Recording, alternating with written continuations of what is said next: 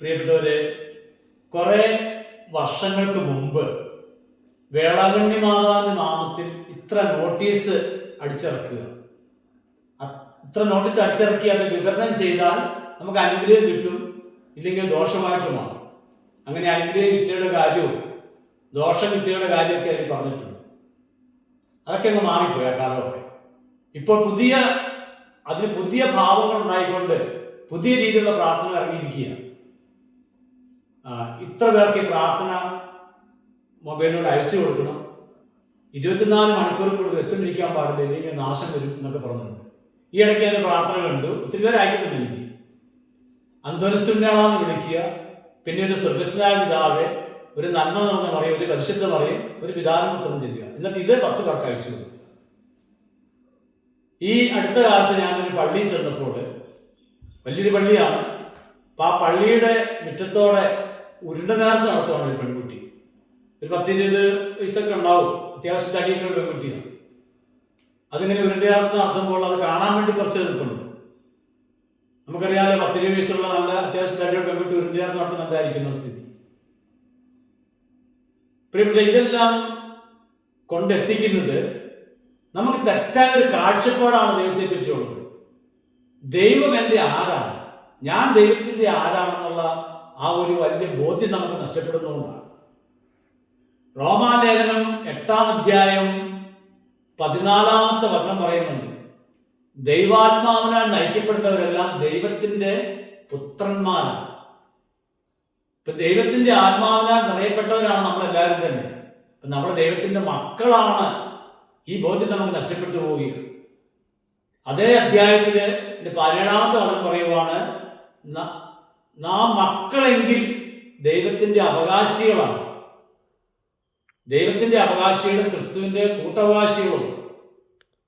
കണ്ടോ? അപ്പൊ നമ്മളൊരു അവകാശ തലത്തിലേക്ക് വന്നിരിക്കുകയാണ് മക്കളായതുകൊണ്ട്.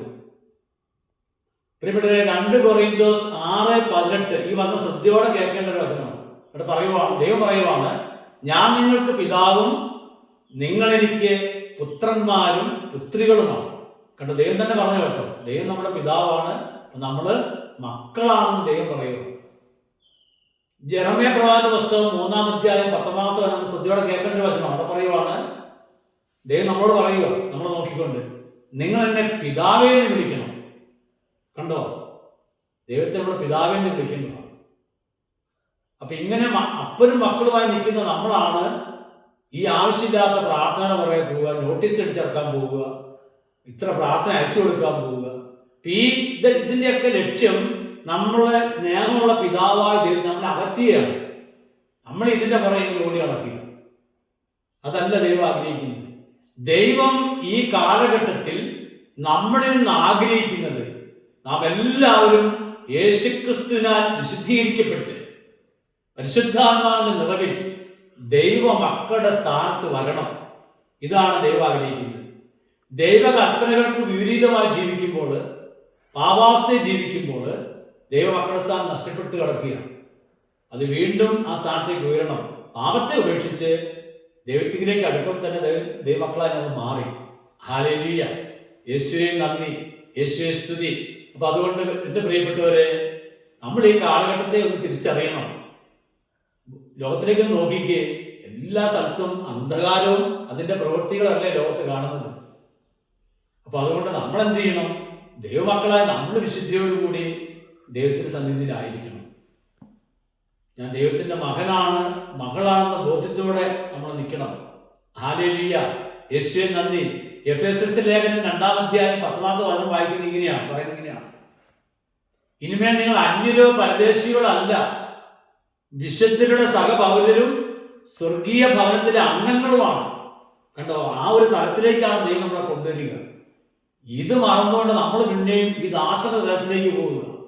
ദൈവം തൻ്റെ പുത്രനായ യേശുക്രിസ്തുവിലൂടെ നമ്മളെ പുത്രസ്ഥാനത്തേക്ക്, മക്കളുടെ സ്ഥാനത്തേക്ക് കൊണ്ടുവരുമ്പോൾ നമ്മൾ വീണ്ടും അത് ഉപേക്ഷിച്ച് വീണ്ടും ഈ ദാസന്റെയും ദാസിയുടെ മനോഭാവത്തിലേക്ക് പോവുകയാണ്. പാടില്ല. അതുകൊണ്ട് ആവശ്യമില്ലാത്ത ഈ പ്രാർത്ഥനയുടെ പുറകെ സമയം കളയാതെ, എൻ്റെ ദൈവമേ എൻ്റെ കർത്താവിനെ വിളിച്ച് അവരുടെ പ്രാർത്ഥനയല്ലേ, ഹൃദയത്തിന്റെ തികവിൻ തന്നെ തോമാശ്ലീഹ അത് വിളിച്ചു പറഞ്ഞത്, എൻ്റെ കർത്താവിൻ ദൈവമേ. അതുതന്നെ വലിയ പ്രാർത്ഥനയാണ്. അതോടൊപ്പം തന്നെ ഈ ലോകത്തിൽ എല്ലാറ്റിലും ഒരു ദൈവത്തെ സ്നേഹിക്കുക, അതൊരു പ്രാർത്ഥനയല്ലേ, അതും വലിയ പ്രാർത്ഥനയല്ലേ. പിന്നെ സഭയുടെ ഔദ്യോഗികമായ എത്രയോ പ്രാർത്ഥന നമുക്കറിയാം. അതൊക്കെയല്ലേ യഥാർത്ഥ പ്രാർത്ഥന എന്ന് പറയുന്നത്. ഇപ്പം നമ്മൾ ആവശ്യമില്ലാത്ത പ്രാർത്ഥന കേട്ട് അത് 10 പേർക്ക് അയച്ചു കൊടുക്കാൻ ആ സമയം കളയാതെ ആ സമയം ദൈവമേ ഞാനങ്ങേ സ്നേഹിക്കുന്നു എന്നൊരു വാക്ക് പറഞ്ഞാൽ മതി. അത് ഏറ്റവും വലിയ പ്രാർത്ഥനയാണ്. 1. 2, വിശുദ്ധിയോടെ ജീവിക്കാനുള്ള കൃപയാണ് നമ്മൾ ചോദിക്കുന്നത്.